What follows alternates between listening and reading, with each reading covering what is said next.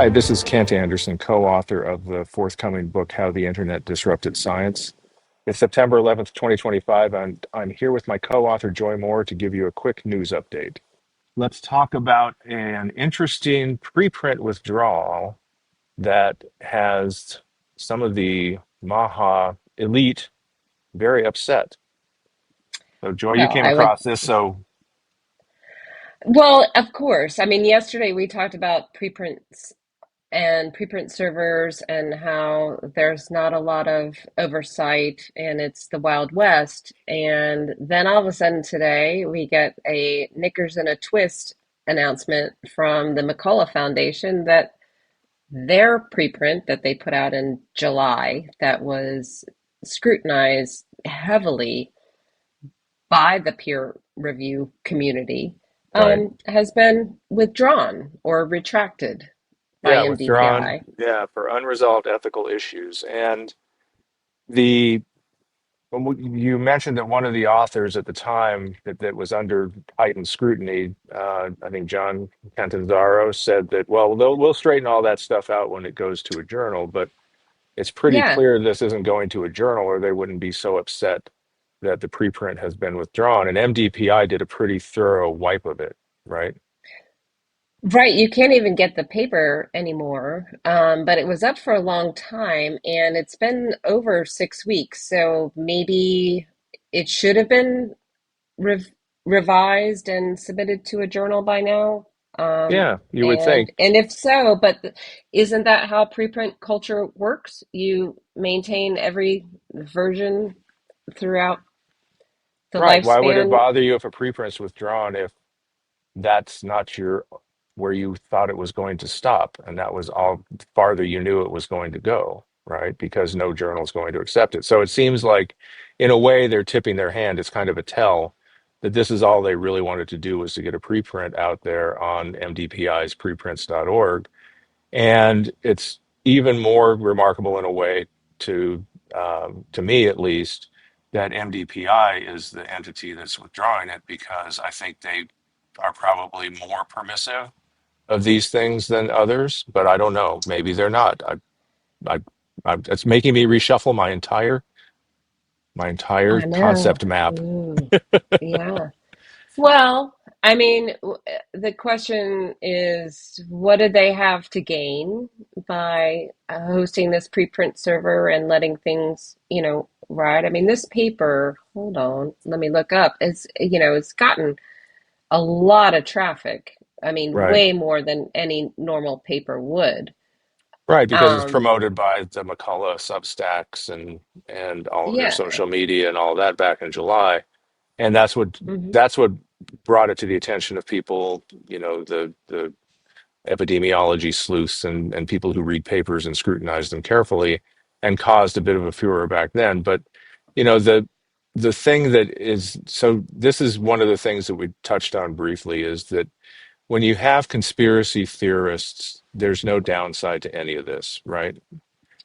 Right, because they are really making a meal of this. First, it was the elite journals are corrupt.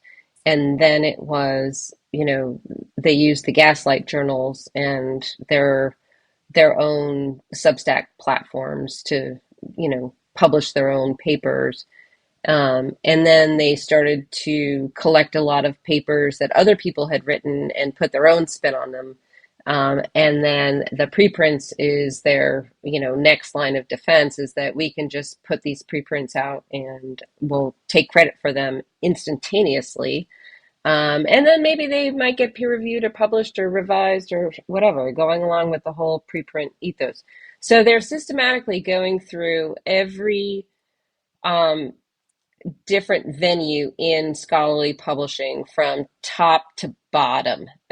And Yeah, so I they're think, probing for weakness, right? I mean, it's a classic technique. And then when there isn't weakness, then they claim that lack of weakness, because they call this censorship, right? This preprint isn't being withdrawn, it's being censored. well, maybe they published on the wrong platform. Well, yeah, but it also gets to the point that preprints.org is a private entity. They aren't censoring anybody. You just don't have a right to say whatever you want in their house.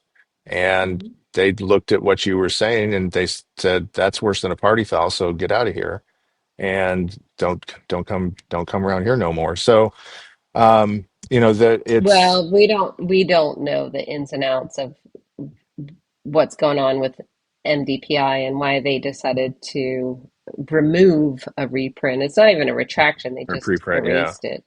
yeah, Um, and so it'd be curious if anybody knows, give yeah. us a We'd love to shout. hear. But now they get to make hay about the censorship, and then my guess is that this will probably end up in a Gaslight journal, or as this, we are releasing the paper ourselves because the corrupt journals industry can't be trusted to tell you the full story. And it's, Well, yeah. big conspiracy, and they're attacking PubPeer and others in other venues, and we'll probably talk about that down the road.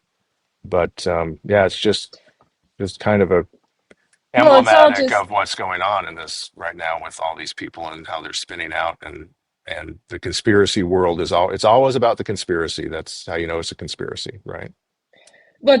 but this whole circus has given their primary platform, which is their Substack, more fuel. Hmm. And so I don't think they need to publish this anywhere else. They've already proven to their readership that they've been maligned and censored against, and so they've got all the primary information to the people who want to get it. What they've done by going through these motions is they've proven, according to their own criteria, that the scientific establishment is corrupt and against them.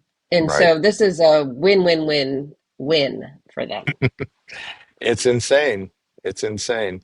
And Yeah. the bottom line is, we'll get back to kind of the message about that we talked about in the our full episode earlier this week, is if there were not biomedical preprints, this whole game would not be happening, because it would nothing would enter the scientific literature unless a community of people who care about what gets into that community said this is worth issuing to our community. And instead, we have the platforming of scientific information for no particular reason, with no particular scrutiny. And these games have been going on for years and years and years. This is not the first one. It's not going to be the last one.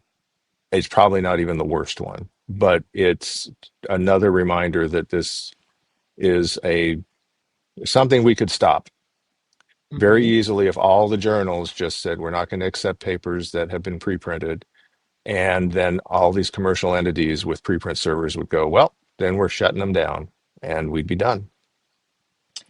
Right. And like we said yesterday, platforming gives legitimacy and, deservedly or not. And with legitimacy comes the ability to say, I've been censored. And Yep. so, Yep. yeah, All right, so we just wanted to touch base real quick on this. We'll put some notes into post tomorrow, so you can look at these things. It'll be in the Friday song. Hopefully, it doesn't ruin the song.